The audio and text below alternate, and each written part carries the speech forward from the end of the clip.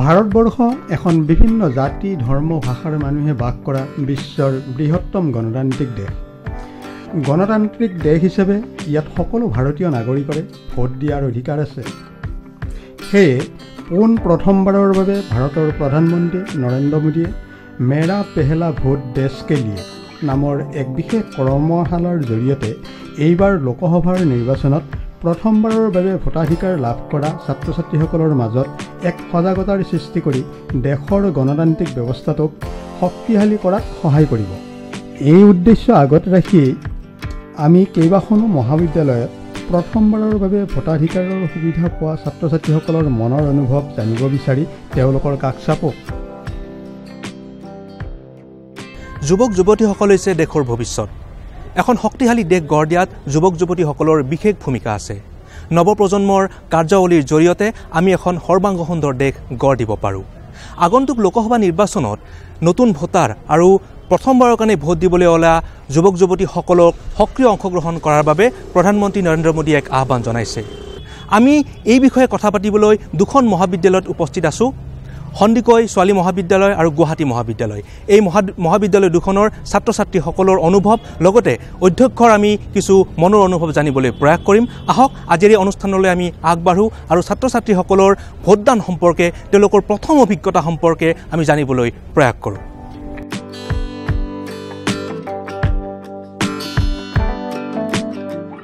মই বৰ্তমান উপস্থিত আছোঁ সন্দিকৈ ছোৱালী মহাবিদ্যালয়ত, অসমৰ অন্যতম শিক্ষা প্ৰতিষ্ঠান। এই মহাবিদ্যালয়খনৰ পৰাই অসমৰ লগতে উত্তৰ পূৰ্বাঞ্চলৰ বহু ছাত্ৰীয়ে সফলতাৰে উত্তীৰ্ণ হৈ বিভিন্ন ক্ষেত্ৰত তেওঁলোকে কৰ্মৰত হৈ আছে আৰু বিভিন্ন ক্ষেত্ৰত তেওঁলোকে নিজ নিজ প্ৰতিভাৰে আগবাঢ়ি গৈ আছে। আমি এইখন মহাবিদ্যালয়ত অধ্যয়ন কৰি থকা কেইগৰাকীমান ছাত্ৰীৰ সৈতে কথা পাতিম। বিশেষকৈ তেওঁলোকে প্ৰথমবাৰৰ বাবে আমাৰ যি গণতান্ত্ৰিক ব্যৱস্থা, আমাৰ যি নিৰ্বাচন, তাত তেওঁলোকে ভোটদান সাব্যস্ত কৰিবলৈ ওলাইছে। প্ৰথমবাৰৰ বাবে তেওঁলোকে ভোটদান কৰিব। গতিকে এই অনুভৱেই সুকীয়া। আমাৰ দেশখনক শক্তিশালী কৰাৰ ক্ষেত্ৰত, আমাৰ গণতান্ত্ৰিক ব্যৱস্থাক শক্তিশালী কৰাৰ ক্ষেত্ৰত এইসকল ছাত্ৰীয়ে বা যুৱ প্ৰজন্মই বিশেষভাৱে পদক্ষেপ গ্ৰহণ কৰিব লাগিব। আমি তেওঁলোকৰ সৈতে কথা পাতিম। এই মুহূৰ্তত মোৰ লগত উপস্থিত আছে কেইগৰাকীমান ছাত্ৰী আৰু প্ৰথমগৰাকী ছাত্ৰী তেখেত হৈছে এই মহাবিদ্যালয়ৰ ছাত্ৰী একতা সভাৰ সভানেত্ৰী। গতিকে আমি তেখেতৰ অনুভৱখিনি প্ৰথমে জানি ল'ব বিচাৰিছোঁ। প্ৰথমে তোমাৰ নামটো কৈ লোৱা। নমস্কাৰ, মই সুমায়া চুলতানা। আপুনি অনুভৱৰ কথা কৈছে যিহেতু নিশ্চিতৰূপে সুকীয়া অনুভৱ হৈছে, যিহেতু গণতান্ত্ৰিক দেশ এখনৰ কাৰণে ভোটদানটো হৈছে অবিচ্ছেদ্য অংগ। গতিকে সেই নিজৰ দেশখনৰ বাবে, নিজৰ দেশৰ জনসাধাৰণৰ বাবে নিজৰ চৰকাৰখন বাছনি কৰাৰ এটা সুযোগ প্ৰথমবাৰৰ বাবে পাইছোঁ। গতিকে খুবেই ভাল লাগিছে আৰু চেষ্টা কৰি আছোঁ ভালদৰে মানুহখিনিক, প্ৰাৰ্থীখিনিক জানিবলৈ যত্ন কৰিম, যাতে আমি আমাৰ দেশখনলৈকে যিটো সিদ্ধান্ত ল'ম সেয়া যাতে দেশৰ প্ৰতিগৰাকী জনসাধাৰণৰ হিতৰ বাবে হয়। যদিও মই ছাত্ৰী একতা সভাৰ নিৰ্বাচনত উঠিছোঁ, তথাপিও মই ভাবোঁ যে ছাত্ৰী একতা সভাৰ নিৰ্বাচনৰ লগত আৰু বিধানসভা বা সাংসদৰ নিৰ্বাচনৰ বহুখিনি পাৰ্থক্য থাকে। তথাপিও এগৰাকী কেণ্ডিডেট হৈ মই যেতিয়া উঠিছিলোঁ তেতিয়া নিজৰ কলেজখনৰ হিতৰ বাবে উঠিছিলোঁ। নিজৰ কলেজখনৰ হিতৰ কাৰণে কিখিনি কাম কৰিব পাৰোঁ সেই এজেণ্ডাখিনি আগত লৈ উঠিছিলোঁ আৰু মই বিচাৰিছিলোঁ যে আমাৰ ছাত্ৰীসকলে সেই এজেণ্ডাখিনি চাই মোৰ কৰিব বিচৰা কামখিনিৰ প্ৰতি গুৰুত্ব ৰাখি মোক ভোট দিয়ক। গতিকে সেইটো ভাবিয়ে ময়ো আগন্তুক নিৰ্বাচনত যিকেইগৰাকী প্ৰাৰ্থীয়ে তেওঁলোকৰ যিখিনি কাম কৰিব বিচাৰিব, তেওঁলোকৰ যিখিনি এজেণ্ডা হ'ব, চৰকাৰৰ হয় বা ৰাইজৰ হয় কিখিনি সেৱা আগবঢ়াব বিচাৰিব, সেই কামখিনিৰ ওপৰত, তেওঁলোকৰ কথাখিনিৰ ওপৰত গুৰুত্ব দিয়ে ভোট দিম বুলি ভাবিছোঁ। আন এগৰাকী ছাত্ৰী আমাৰ সৈতে আছে, তেখেত হৈছে তৰ্ক সম্পাদিকা এইখন মহাবিদ্যালয়ৰ। তেখেতৰ সৈতে আমি কথা পাতিব বিচাৰিছোঁ। প্ৰথমে তোমাৰ নামটো কৈ লোৱা। নমস্কাৰ, মোৰ নাম সুস্মিতা মজুমদাৰ হয়। যিহেতু তুমি তৰ্কৰ সম্পাদিকা হিচাপে নিৰ্বাচিত হৈছা, গতিকে তুমি যথেষ্ট যুক্তি তৰ্কৰ লগত জড়িত। প্ৰথমে তোমাৰ অনুভৱটো জানি ল'ব বিচাৰে, যিহেতু প্ৰথমবাৰৰ বাবে তুমি ভোট দিবলৈ ওলাইছা। As it's my first time to vote for my nation, I feel very enthusiastic and very great to cast my vote. And as our Article 326 ensures us to vote, Article 326 of our Indian Constitution ensures us to vote with the legal proceedings. And as I have attained the age of 18 and above, so I feel myself to be very great and glad to vote for my nation. And as Sumayba has mentioned everything, so I agree to what she said. And at last, I would like to say that my vote, my voice, and our future. আন এগৰাকী ছাত্ৰী আছে আমাৰ সৈতে, আমি তেখেতৰ সৈতে কথা পাতিব বিচাৰিছোঁ। তোমাৰ পৰিচয়টো? নমস্কাৰ, মোৰ নাম টিনা কলিতা। তুমিও প্ৰথমবাৰৰ কাৰণে ভোট দিবলৈ ওলাইছা, কেনেকুৱা লাগিছে? অনুভৱটোতো ভালে লাগিছে, প্ৰথমবাৰৰ কাৰণে যিহেতুকে ভোট দিব ওলাইছোঁ সেয়াই। এতিয়া ইয়াতে আমাৰ মহাবিদ্যালয়খনত ছাত্ৰী একতা সভাৰ নিৰ্বাচন হয়, তাত ভোট দিয়াৰ অনুভৱটো আছেই, কিন্তু গণতান্ত্ৰিক ব্যৱস্থাত বা সংসদীয় নিৰ্বাচনত প্ৰথমবাৰৰ কাৰণে আপুনি ভোট দিবলৈ ওলাইছে। গতিকে এই মুহূৰ্তত কেনেকুৱা ধৰণৰ কি বিষয়ত তুমি গুৰুত্ব দিবা যে মই এনেকুৱা এজন প্ৰাৰ্থী বিচাৰোঁ বা এনেকুৱা এজন দল বিচাৰোঁ, কি বিচাৰে? ভোট দিয়াৰ পিছত মানে আমিতো এইটো হিচাপতে ভোট দিওঁ যাতে সেই পাৰ্টিটো আৰু মানে নেশ্যনটোৰ কাৰণে কাম কৰে, তো সেনেকৈ ভোটটো দিয়া যায়। তো এইবাৰ ফাৰ্ষ্ট টাইম যিহেতু মই দি আছোঁ, তো মই বিচাৰোঁ যোনটো পাৰ্টিক মই ভোট দিওঁ তেওঁ যাতে এই নেশ্যনটোৰ কাৰণে কাম কৰক, যোনখিনি আপগ্ৰেড হোৱা নাই সেইখিনি যাতে কৰক, দুখীয়া মানুহবিলাকক যাতে সহায় কৰক, ষ্টুডেণ্টছবিলাকৰ কাৰণে যাতে ফেচিলিটিজ আৰু অলপ আপগ্ৰেড কৰক, সেইটোৱে বিচাৰোঁ। আৰু এটা বিভিন্ন সমস্যাৰ লগতে আমাৰ মহিলাসকলৰ সমস্যা আছে, যুৱতীসকলৰ বহু সমস্যা আছে, কোনবিলাক সমস্যা সমাধান কৰাৰ ক্ষেত্ৰত গুৰুত্ব দিয়া উচিত বুলি তুমি ভাবা? আমিতো ৱুমেন হিচাপে বহুত ফেচ কৰোঁ প্ৰব্লেমছবিলাক ডে টু ডে লাইফত। তেনেকৈ ক'ব গ'লে পাৰ্টিকুলাৰ এনেকুৱা নাই, বহুতেই আছে ক'ব গ'লে এতিয়া, তো সেইবিলাকত অলপ গুৰুত্ব দিব লাগে আৰু। হয়, বহুত বহুত ধন্যবাদ জনাইছোঁ আৰু শুভেচ্ছা জনাইছোঁ। এই ব্যৱস্থাত তুমি আগবাঢ়ি যোৱা আৰু এখন শক্তিশালী দেশ গঢ়াত তুমিও ভূমিকা গ্ৰহণ কৰা।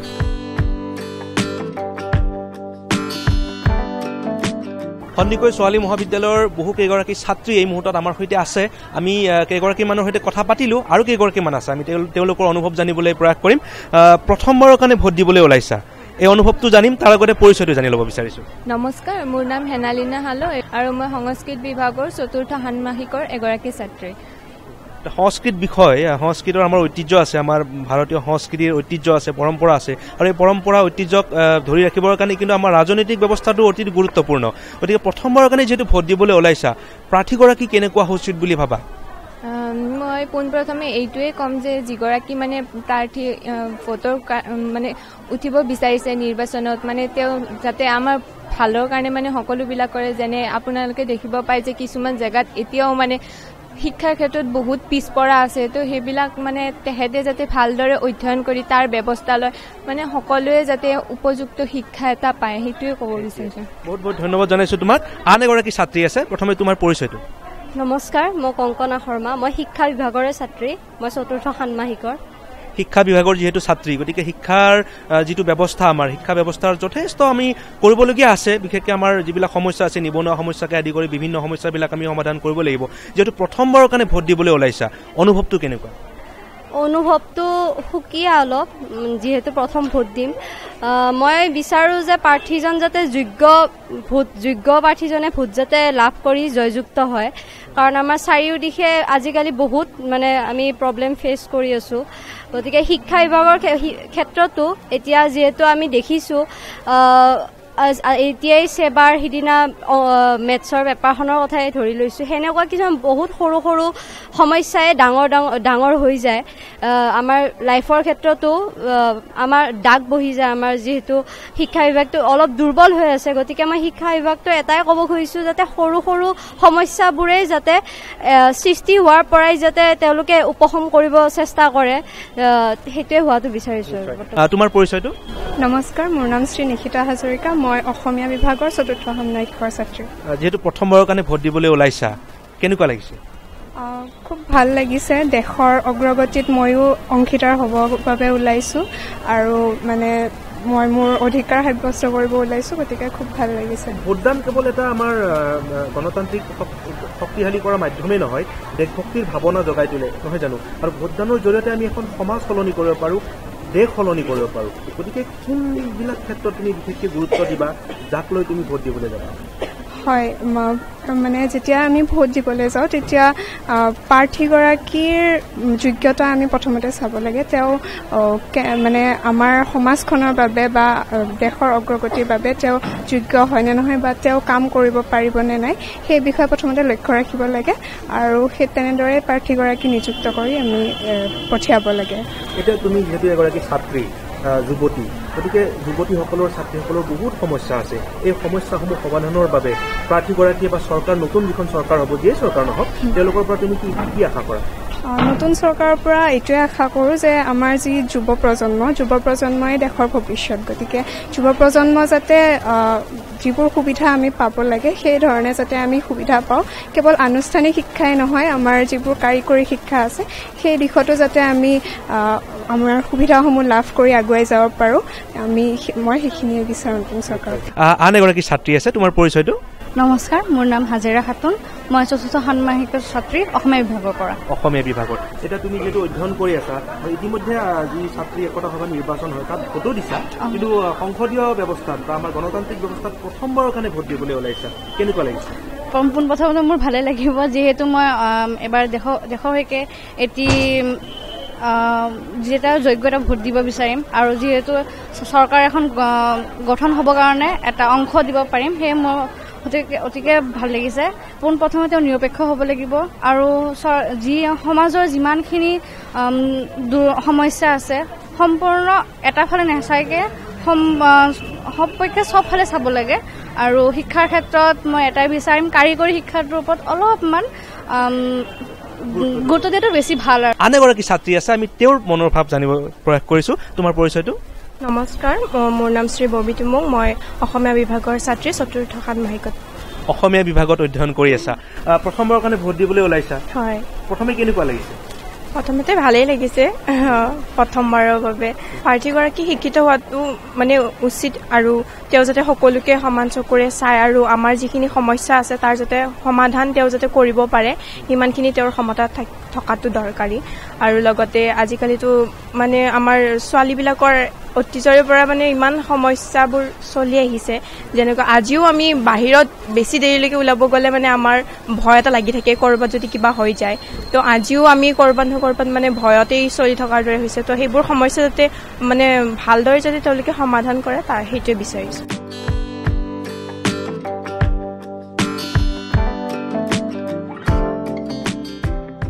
আমি সকলোৱে ইতিমধ্যে গম পাইছোঁ যে অহা মাহত আমাৰ ভাৰতবৰ্ষৰ সাধাৰণ নিৰ্বাচন অনুষ্ঠিত হ'ব আৰু এই নিৰ্বাচনত আমাৰ ভোটাধিকাৰসকলে ভোটাৰসকলে ভোটাধিকাৰ সাব্যস্ত কৰিব।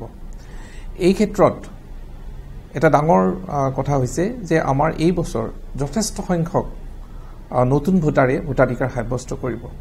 এই ভোটাধিকাৰ সাব্যস্ত কৰা নতুন যিখিনি ভোটাৰ আছে তেওঁলোকৰ প্ৰতি মই কেইটামান অনুৰোধ কৰিব খুজিছোঁ। প্ৰথম কথা হ'ল, তেওঁলোকৰ ভোটটো আমাৰ বাবে অত্যন্ত জৰুৰী। দেশ নিৰ্মাণত, দেশৰ গঠনত তেওঁলোকে যিটো ভোট দিব, এই ইলেকশ্যনত যিটো ভোট দিব, সেই ভোটটো তেওঁলোকে যাতে নিৰ্ভয়ে দিয়ে আৰু তেওঁলোকৰ এই ভোটাধিকাৰৰ পৰা এজন জনপ্ৰতিনিধিৰ নিৰ্বাচন হ'ব আৰু সেই জনপ্ৰতিনিধিজনে গৈ পেলাই দেশত শাসনভাৰ ল'ব। গতিকে এই ভোটাৰসকলৰ, নতুন ভোটাৰসকলৰ যথেষ্ট দায়িত্ব আছে। তেওঁলোকে কোনো ধৰণৰ অন্য প্ৰলোভনত নগৈ তেওঁলোকে নিৰ্ভয়ে যাতে ভোটাধিকাৰ সাব্যস্ত কৰে, তাৰ মই অনুৰোধ জনাইছোঁ। আমাৰ সন্দিকৈ ছোৱালী মহাবিদ্যালয়ৰ উচ্চতৰ মাধ্যমিকৰ কিছু সংখ্যক ছাত্ৰী বাদ দি পেলাই প্ৰায় সকলো সংখ্যক ছাত্ৰীয়ে ভোটাধিকাৰ পাইছে আৰু তাৰে বহুত সংখ্যক এইবাৰ তেওঁলোকে প্ৰথম ভোটাধিকাৰ সাব্যস্ত কৰিব। মই আমাৰ ছাত্ৰীসকলকো মই এই লগতে অসমৰ সকলো ছাত্ৰ ছাত্ৰীক, যিসকল নতুন ভোটাৰ, তেওঁলোকক মই এটাই অনুৰোধ জনাব খুজিছোঁ, তেওঁলোকে সকলো ওলাই আহক, ইলেকশ্যনত তেওঁলোকে ভোটাধিকাৰ সাব্যস্ত কৰক।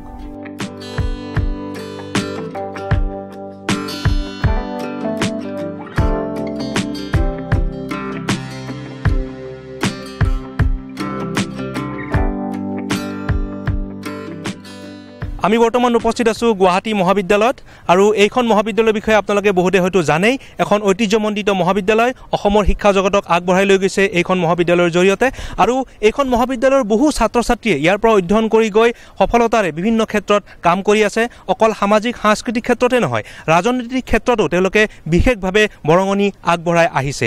এই মুহূৰ্তত আমি কেইগৰাকীমান ছাত্ৰ ছাত্ৰীৰ সৈতে কথা পাতিম। তেওঁলোকে প্ৰথমবাৰৰ কাৰণে ভোট দিবলৈ ওলাইছে। এটা খুবেই গুৰুত্বপূৰ্ণ মুহূৰ্ত তেওঁলোকৰ কাৰণে, মধুৰ মুহূৰ্ত।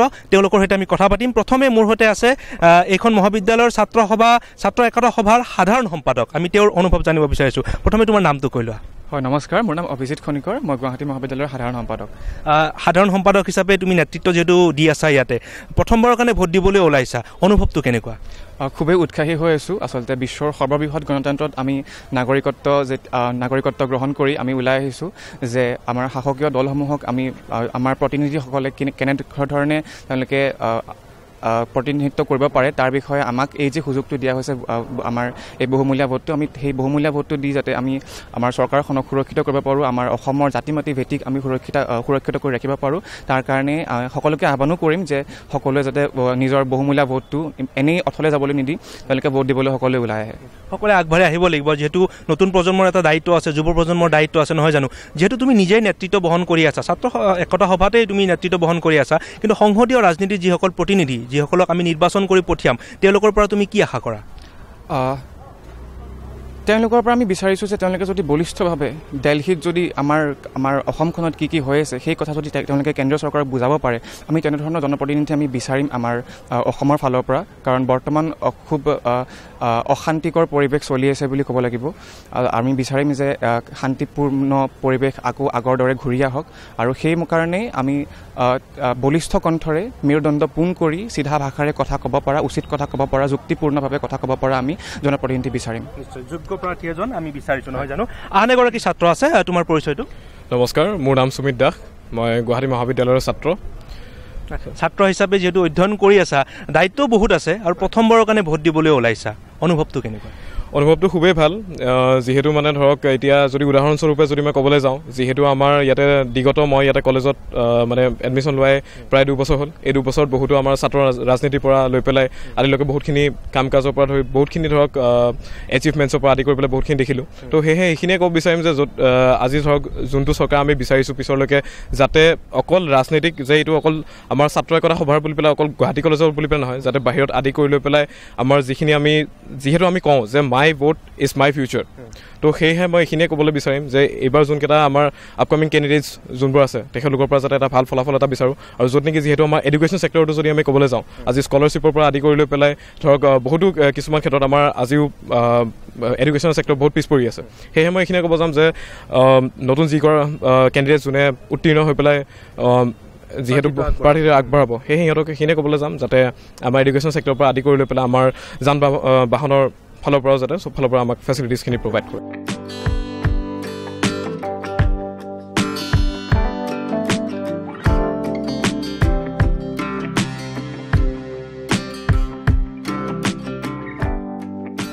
হয় নমস্কাৰ, মোৰ নাম ৰাজীৱ দাস, মই বাণিজ্য বিভাগৰ এজন ছাত্ৰ। মই গুৱাহাটী মহাবিদ্যালয়ত যোৱা 3 বছৰ ধৰি অধ্যয়ন কৰি আহিছোঁ।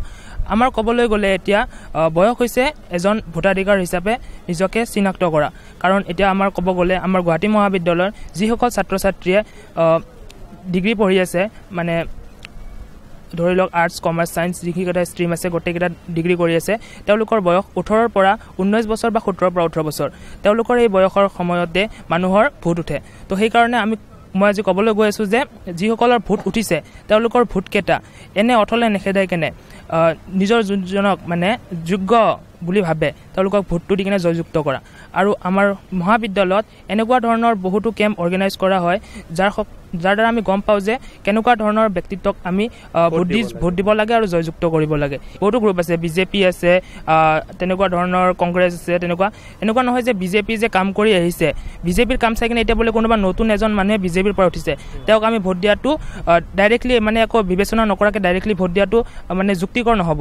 কাৰণ তেওঁৰ আগতে যেনেকুৱা আছিল তেওঁৰ ব্যক্তিত্ব কেনেকুৱা সেইটো আমি চাব লাগিব, বিবেচনা কৰিব লাগিব। আৰু তেওঁ যোনটো পষ্টৰ বাবে উঠিছে সেই পষ্টৰ বাবে তেওঁ মানে যোগ্য হয়নে নহয় সেইটো আমি বিবেচনা কৰি কিনে তাৰপিছতে আমি ভোটটো দিব লাগিব। আন এগৰাকী ছাত্ৰ আছে, তোমাৰ পৰিচয়টো? নমস্কাৰ, মোৰ নাম নিপম লহকৰ, মই গুৱাহাটী কলেজৰ এজন ছাত্ৰ। ছাত্ৰ হিচাপে তোমাৰ যথেষ্ট দায়িত্ব আছে, পঢ়া শুনা কৰিবই লাগিব। আৰু প্ৰথমবাৰৰ কাৰণে যিহেতু ভোট দিবলৈ ওলাইছে, এটা পদক্ষেপ গণতান্ত্ৰিক দেশ আমি গঢ় দিয়াত বা আমাৰ এখন শক্তিশালী দেশ গঢ়াত প্ৰথম পদক্ষেপ গ্ৰহণ কৰিবা, অনুভৱটো জানিব বিচাৰিছোঁ। অনুভৱটো খুব ভালে অনুভৱটো। এখন দেশ মানে উন্নতি হ'ব লাগিলে নিজৰ দেশখনৰ ইউথটো ভাল হ'ব লাগিব। ইউথ ষ্ট্ৰং হ'লে এখন দেশ উন্নতি হ'ব। কিন্তু ইউথৰ কাৰণে বহুত কাম কৰিছে, তাৰ কাৰণে ভাল।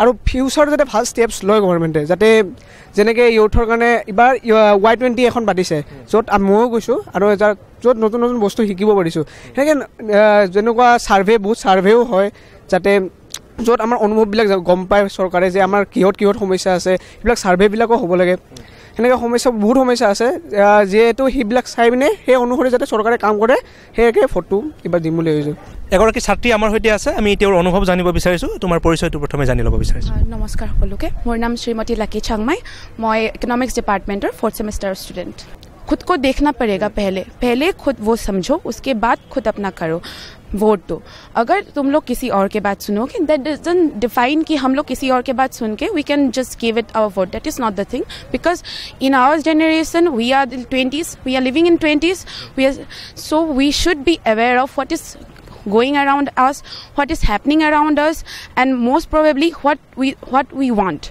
that is I think the most important thing what we want if we know what we want then we can definitely show about it that we want this so we are voting for this person or we are voting for this thing give a message to the all candidates over there তোমালোক ওলাই আহিছা মই as a new voter মই ক'ব বিচাৰোঁ তোমালোকক এটা request কৰিব বিচাৰিম সৰু এটা সাধাৰণ ৰিকুৱেষ্ট যে তোমালোক ওলাই আহিছা আনৰ কথাত নাযাবা নিজৰ যোনটো নিজৰ বিবেকে ক'ব সেইটোকে তোমালোকে ভোট দিবা বহুত বহুত ধন্যবাদ জনাইছোঁ আৰু এইগৰাকী ছাত্ৰীয়ে যি সবল বক্তব্য আগবঢ়াইছে তেওঁৰ বলিষ্ঠ কণ্ঠ এই কণ্ঠৰে তেওঁ আগবাঢ়ি যাওক আৰু এনেকুৱা ধৰণে আমাৰ যুৱতীসকল আগবাঢ়ি আহক নতুন যিসকল ভোটাৰ আছে প্ৰথমবাৰৰ কাৰণে ভোট দিবলৈ ওলাইছে তেওঁলোকে বলিষ্ঠ কণ্ঠেৰে তেওঁলোকৰ বিবেক বুদ্ধিৰে ভোট দিয়ক আৰু এখন সুস্থ সবল দেশ গঢ় দিয়াত সহায় কৰক আৰু যিসকল যুৱক যুৱতীয়ে আশা কৰিছে নতুন চৰকাৰখনৰ পৰা চৰকাৰখনেও সেই আশাবোৰ পূৰণ কৰাত যাতে চেষ্টা কৰে প্ৰাৰ্থীগৰাকীয়ে যাতে কথাবোৰ চিন্তা কৰে এই নতুন প্ৰজন্মৰ চিন্তাধাৰাক যাতে তেওঁলোকে গুৰুত্ব দিয়ে আৰু আমাৰ দেশখন গঢ় দিয়াত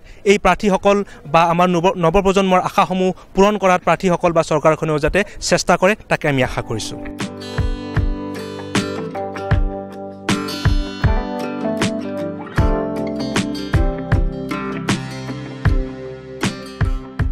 আমি ভাল পাইছোঁ যে এইটো এটা জাগ্ৰত সৃষ্টি কৰিছে যে আমাৰ ছাত্ৰ ছাত্ৰীসকলে কিয় ভোট দিব লাগে আৰু ভোটটো যে সাব্যস্ত কৰিব লাগে সেইটো যে গণতান্ত্ৰিক এটা অধিকাৰ আৰু আমি সকলোৱে জানো ভাৰতবৰ্ষখন it is the highest democracy in the world গণতন্ত্ৰৰ যিটো ব্যৱস্থা ভাৰতবৰ্ষৰ সেইটো গোটেই পৃথিৱীৰ ভিতৰতে অন্যতম ডাঙৰ ভাৰত আৰু পাকিস্তানৰ বৰ্ডাৰত যিটো আমাৰ পাঞ্জাৱত অমৃতসৰৰ ওচৰত যিখন বৰ্ডাৰ আছে বৰ্ডাৰত তাতে লিখাই আছে আৰু বৰ্ডখন কিন্তু পাকিস্তানৰ পিনে মুখ কৰি থোৱা আছে welcome to the highest democracy in the world সেইখন বিৰাট ডাঙৰ এখন হোৰ্ডিং মই এখন নিজে চাই আহা আৰু সেইখন দেখি পেলাই আমাৰ খুব ভাল লাগি গৈছিলে যে আমি এনেকুৱা এখন দেশত বসবাস কৰোঁ য'ত আমি ডেমক্ৰেটিক ৰাইটছৰ ওপৰত আমাৰ যিবিলাক আমাৰ অধিকাৰ সেইখিনি যে আমাৰ আছে আমি যে পাইছোঁ আৰু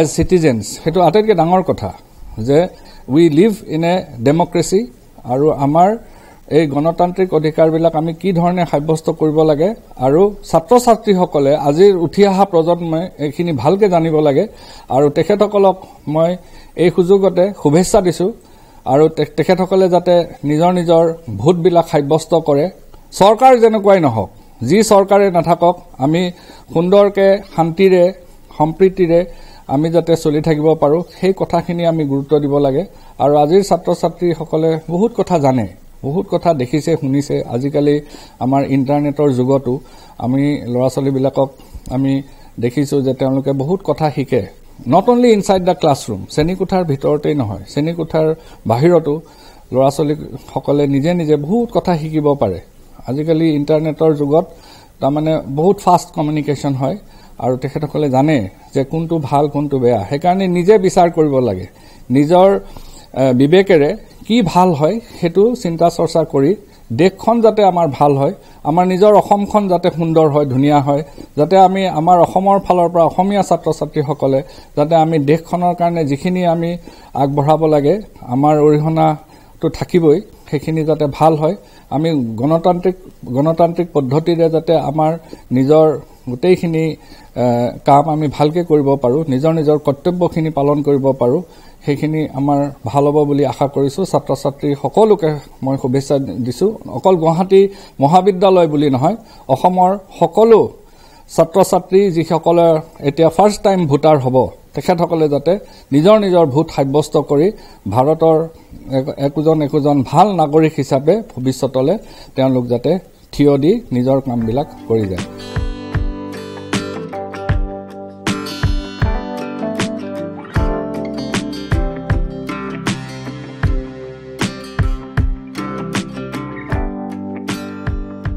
আমি আজি দুখন মহাবিদ্যালয়ৰ ছাত্ৰ ছাত্ৰীসকলৰ সৈতে কথা পাতিলোঁ, তেওঁলোকৰ অনুভৱসমূহ গম পালোঁ আৰু এটা কথাই গম পাইছোঁ যে তেওঁলোকৰ যিসমূহ সমস্যা, তেওঁলোকে যিসমূহ কৰিব বিচাৰিছে, তেওঁলোকৰ মনৰ অনুভৱবিলাক চৰকাৰক জনাইছে। নতুন প্ৰজন্মৰ অনুভৱসমূহ আমাৰ প্ৰাৰ্থীসকলে উপলব্ধি কৰক আৰু যিয়েই চৰকাৰ গঠন নকৰক কিয় নতুন চৰকাৰে এইসমূহ বিবেচনা কৰক আৰু সমস্যাসমূহ নোহোৱা কৰিবলৈ তেওঁলোকে আপ্ৰাণ চেষ্টা কৰক আৰু আমাৰ দেশক শান্তিপূৰ্ণভাৱে গঢ় দিয়ক। এখন সুস্থ সবল দেশ গঢ়াত নতুন প্ৰজন্মৰ অনুভৱক আগবঢ়াই লৈ গৈ আমাৰ চৰকাৰে এই ক্ষেত্ৰত কাম কৰি যাওক, তাকে আমি কামনা কৰিছোঁ। আশা কৰিছোঁ পুনৰবাৰ নতুন প্ৰজন্মৰ ভোটাৰসকলক প্ৰথমবাৰৰ কাৰণে ভোট দিবলৈ ওলোৱা নতুন ভোটাৰ আৰু যুৱক যুৱতীসকলক আমি আহ্বান জনাইছোঁ, সকলোৱে আগবাঢ়ি আহক আৰু নিজৰ ভোটাধিকাৰ সাব্যস্ত কৰক। তাকে কামনা কৰি আজিৰ অনুষ্ঠানৰ পৰা আমি বিদায় লৈছোঁ। আপোনালোকে চাই থাকিব DD অসম।